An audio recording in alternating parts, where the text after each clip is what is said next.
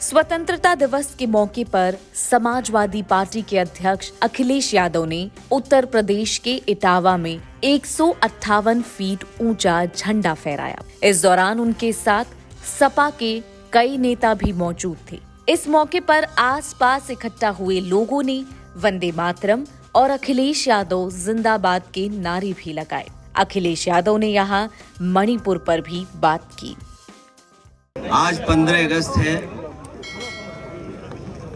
मैं स्वतंत्रता दिवस की पूरे देशवासियों को बहुत बहुत बधाई और शुभकामनाएं देना चाहता हूं।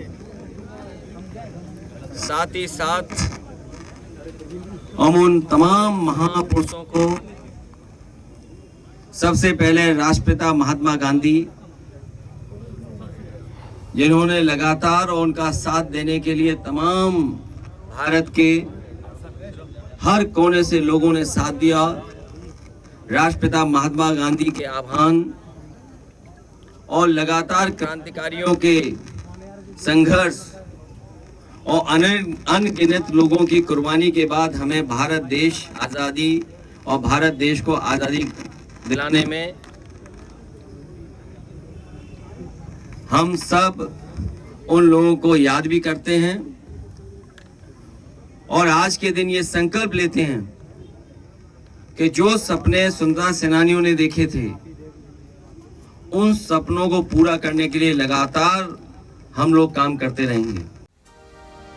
इस दौरान उनके आसपास इकट्ठे हुए लोगों ने वंदे मातरम और अखिलेश यादव जिंदाबाद के नारे लगाए। अखिलेश यादव ने यहां मणिपुर पर भी बात की।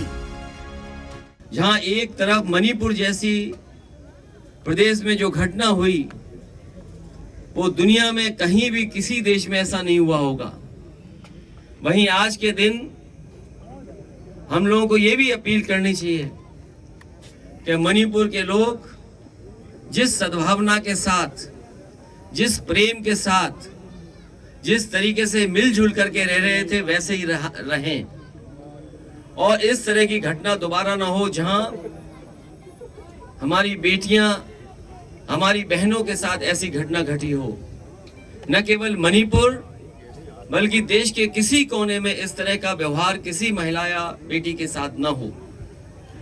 दुनिया बहुत आगे बढ़ी है।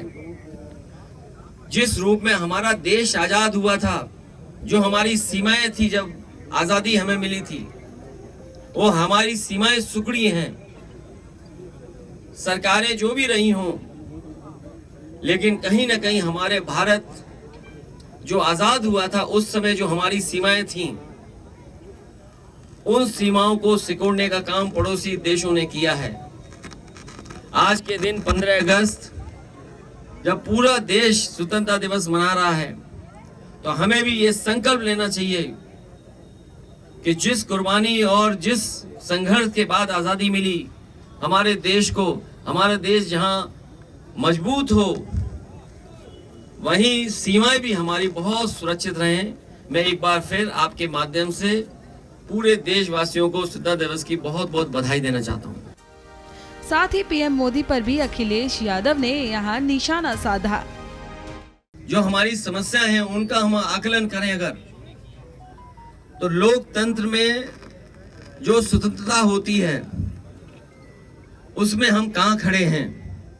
हम प्रेस की आजादी में कहां खड़े हैं? हम करप्शन में कहां खड़े हैं?